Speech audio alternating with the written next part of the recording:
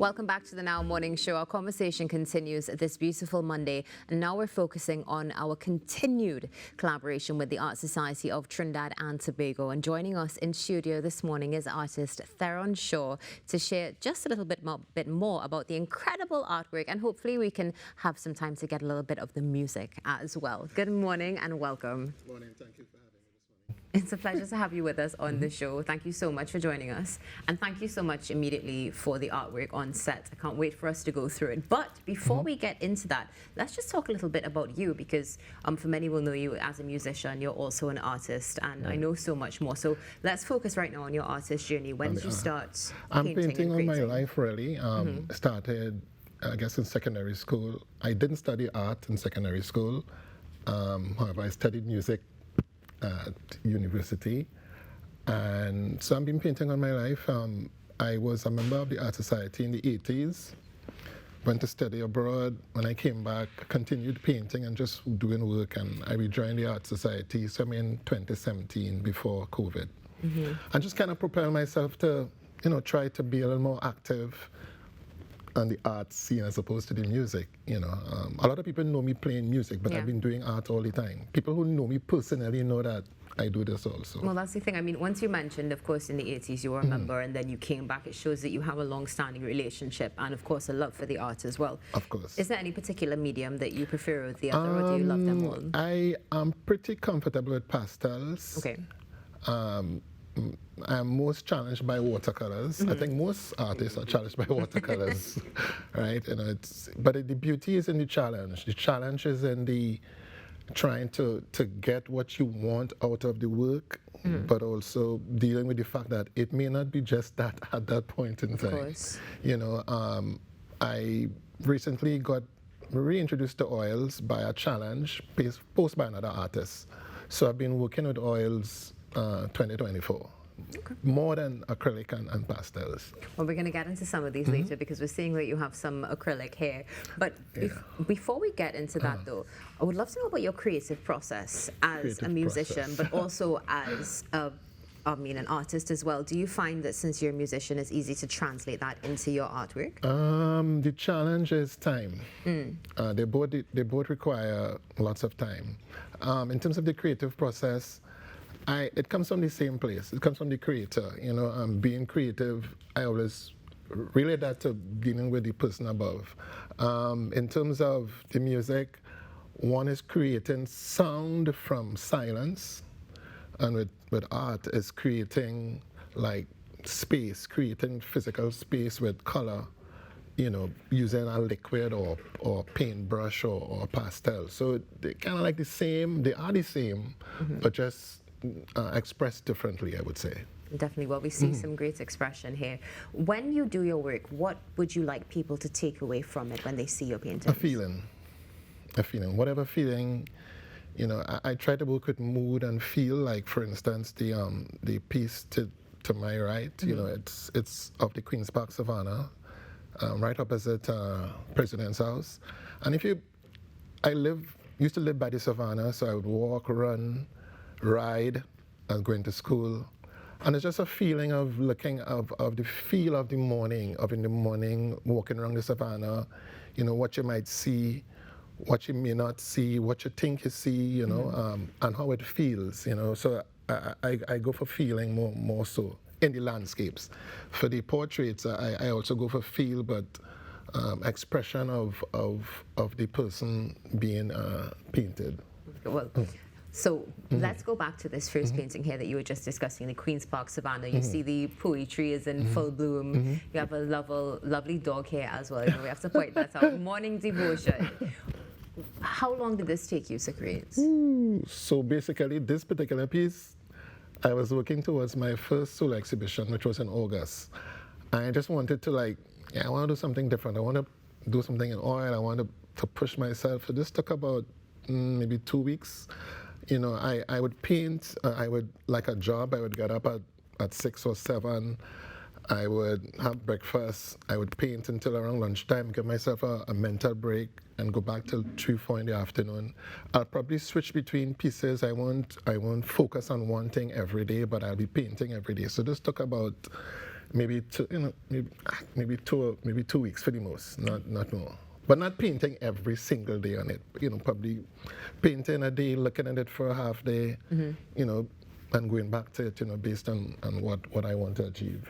It's interesting that you mentioned that discipline process as well. It's almost like a 9 to 5. You get up. Yes. You put that effort in, you put that work in, that dedication, and you come back to it and you create. What about this next piece? Did you have that same approach? Which one? The one. Similar. Because I've been working in acrylic for a long time, it's a little easier, but this challenge is what do I want to express? What does it feel? Am I getting the right light? And sometimes that takes days. Sometimes it might take 1 day, 3 days, 4 days. It just depends.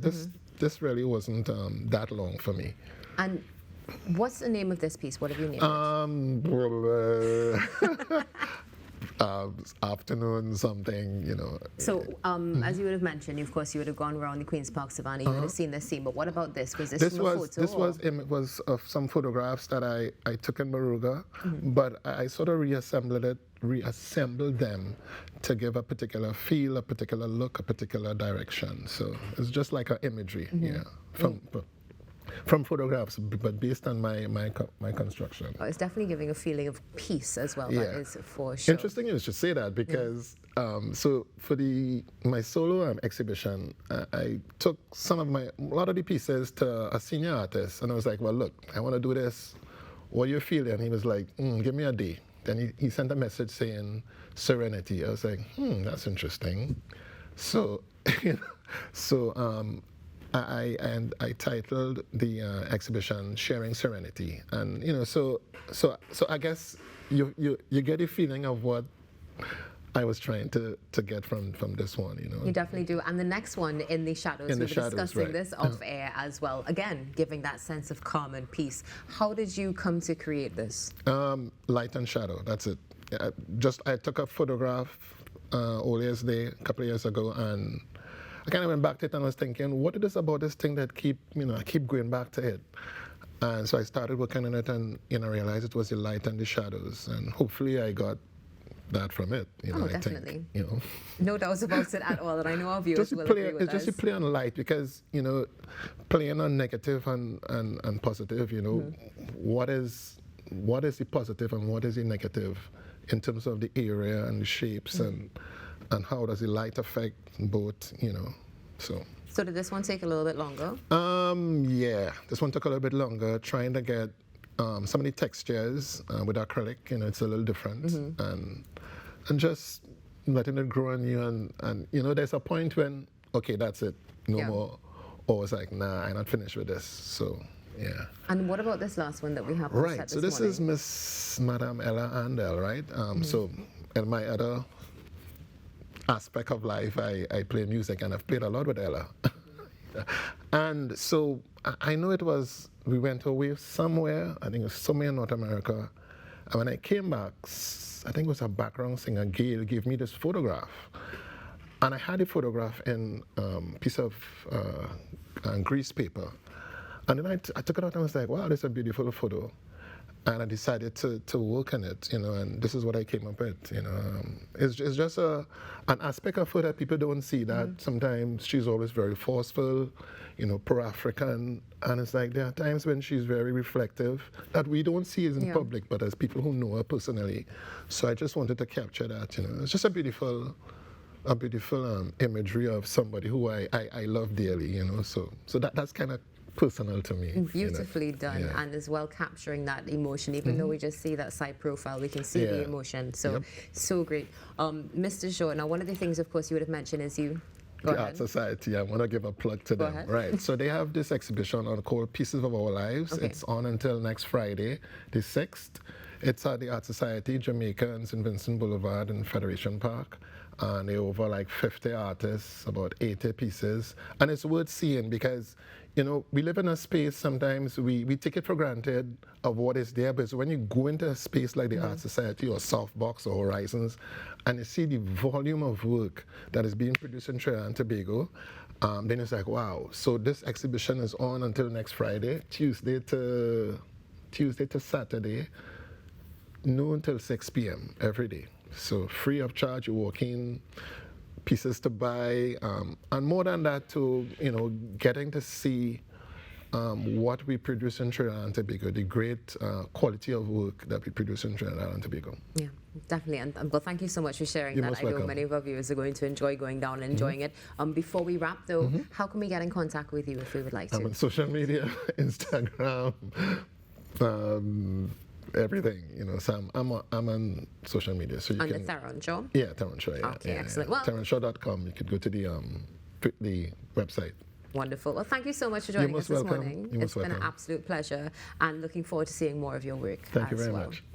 Theron Shaw here with us this morning as we continue our collaboration with the Art Society of Trinidad and Tobago, and our set will be graced all week with these pieces. Stay tuned. We're going to be back in a few moments on the Now Morning Show.